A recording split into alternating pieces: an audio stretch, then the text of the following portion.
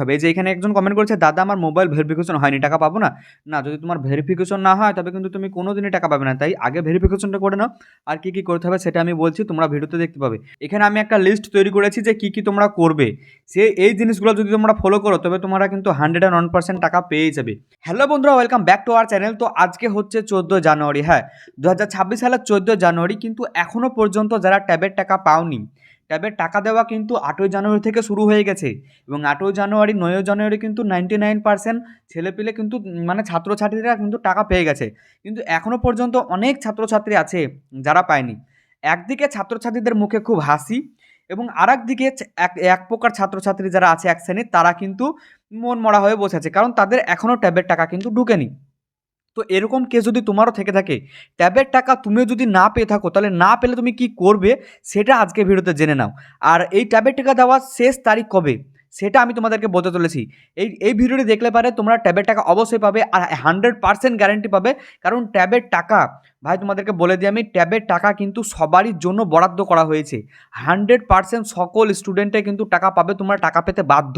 তাই আজকে ভিডিওটি ফুল দেখো, তাহলে তোমরা অবশ্যই ট্যাবের টাকা পেয়ে যাবে। কী কী করতে হবে আর কি কি করতে হবে না সেটা আমি তোমাদেরকে আজকে ভিডিওতে বলে দেবো। দেখো, এটা হচ্ছে একটা স্কুলের নোটিশ। হ্যাঁ, এই নোটিশটা তোমরা ভালোভাবে দেখো। এটা হচ্ছে একটা স্কুলের নোটিশ এবং এটা স্কুল থেকে দেওয়া হয়েছে। এবং নিচে লিখে দেওয়া হয়েছে যে এরা সেলফ ডিক্লিয়ারেশনের কাজ এখনও করেনি। হ্যাঁ, এরকম ছাত্র অনেকেই আছে যারা সেলফ ডিক্লিয়ারেশন করেনি, তারা কিন্তু মোটেই টাকা পাবে না। তোমরা টাকা পাওয়ার কথা ভুলে যাও। এখনও পর্যন্ত যদি তোমরা সেলফ ডিক্লারেশন না করে থাকো, তবে অতি শিগগির তোমার স্কুলের সাথে যোগাযোগ করো এবং তারপরে তুমি সেলফ ডিক্লারেশনের কাজটি খুব তাড়াতাড়ি যত সম্ভব করার চেষ্টা করো। যদি তুমি সেলফ ডিক্লারেশন না করো তবে কোনো দিনই টাকা পাবে না, টাকা পাওয়া একদম অসম্ভব। তাই তোমাদেরকে সেলফ ডিক্লারেশনটা আগে করতে হবে। আর এর পাশাপাশি কী কী করতে হবে সেটা আমি তোমাদেরকে বলে দিচ্ছি। এই স্টেপগুলো তোমরা ফলো করলে 101% তোমরা কিন্তু টাকা পেয়ে যাবে, তোমাদেরকে কেউ আটকাতে পারবে না। কারণ পশ্চিমবঙ্গের ট্যাবের টাকা সরকার থেকে সকলের জন্যই বরাদ্দ করা হয়েছে। অনেক বন্ধুরা আছে, দেখো কমেন্ট করেছে, খুব মানে বেদনাদায়ক কমেন্ট, কি বলবো তোমাদেরকে, এখনও পর্যন্ত যারা টাকা পায়নি। তো দেখো, অনেকেই কমেন্ট করেছে যে আমি টাকা পাইনি, আমার বোন টাকা পায়নি, এরকমভাবে অনেকেই কমেন্ট করেছে। দেখো, 12 তারিখ আজকে এখনও ঢোকেনি টাকা, এরকমভাবে অনেকেই কিন্তু মেসেজ করেছে আমি এখনও টাকা পাইনি, আমার উত্তর 24 পরগনা, এরকম হাজারো কিন্তু কমেন্ট আমার কাছে এসেছে তোমাদের। তো আজকে আমি ফাইনালি তোমাদের জন্য এই ভিডিওটা নিয়ে এসেছি, যাতে তোমরা বুঝতে পারো যে কী কী করতে হবে। এই যে এখানে একজন কমেন্ট করেছে, দাদা আমার মোবাইল ভেরিফিকেশন হয়নি, টাকা পাবো না?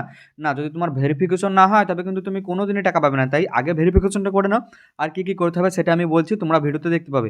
টাকা পাইনি বীরভূম সাঁইথিয়া থেকে ভিডিওটা দেখছি। তো দেখো, অনেকেই এরকম কমেন্ট করেছে, কিন্তু এখনও পর্যন্ত অনেকে টাকা পায়নি। দেখো, অনেকেই টাকা পায়নি খুব। এখানে আমি একটা লিস্ট তৈরি করেছি যে কী কী তোমরা করবে।